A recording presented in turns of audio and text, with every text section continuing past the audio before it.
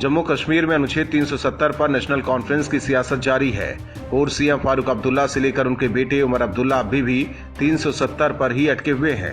हालांकि बाप बेटे दोनों ये जानते हैं कि दोबारा अनुच्छेद 370 और 35 से लागू नहीं हो सकता, बावजूद देश विरोधी बयानबाजी कर रहे हैं। पिछले दिनों फारूक अब्दुल्ला ने भारत में आंतरिक मामले में चीन को घसीटने की कोशिश की। फारूक ने कहा था कि चीन की मदद से फिर से अनुच्छेद 370 बहाल कराया जाएगा। वहीं अपने पिता की राह पर चलते हुए उमर अब्दुल्ला भी कुछ ऐसी ही बयानबाजी कर रहे हैं। उमर अब्दुल्ला चाहते हैं कि केंद्र सरकार जम्मू कश्मीर की बीमारी का इलाज खोजे।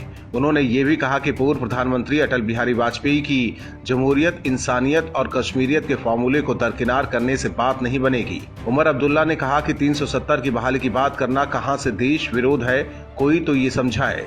इसके लिए सुप्रीम कोर्ट में लड़ना कहां से देश विरोधी है?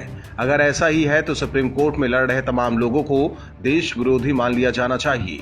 हम तो केवल संघीय ढांचे की बहाली की बात कर रहे हैं, हम तो केवल इंसाफ मांग रहे हैं। उन्होंने कहा कि जम्मू कश्मीर के लोगों के अधिकारों और उनके हक को दोबारा दिलाने के लिए सभी दलों ने गिले शिकवे दूर कर गुपकार गठबंधन का गठन किया है। उमर अब्दुल्ला ने कहा कि आज बीजेपी के लोग गद्दार कहते हैं। सबसे ज्यादा कुर्बानियां नेशनल कॉन्फ्रेंस के लोगों ने दी है। हालांकि नेशनल कॉन्फ्रेंस के तेवर में पहले से कमी आई है। फारूक और उमर अब्दुल्ला की बयानबाजी का देश भर में विरोध होने के बाद अब ये नरमी दिखा रहे हैं।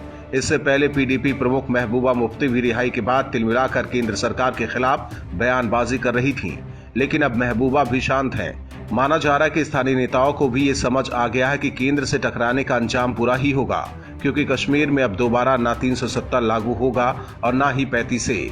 Bureau report OMH news. और भी वीडियोस देखने के लिए चैनल को सब्सक्राइब करें और बेल आइकन को दबाएं।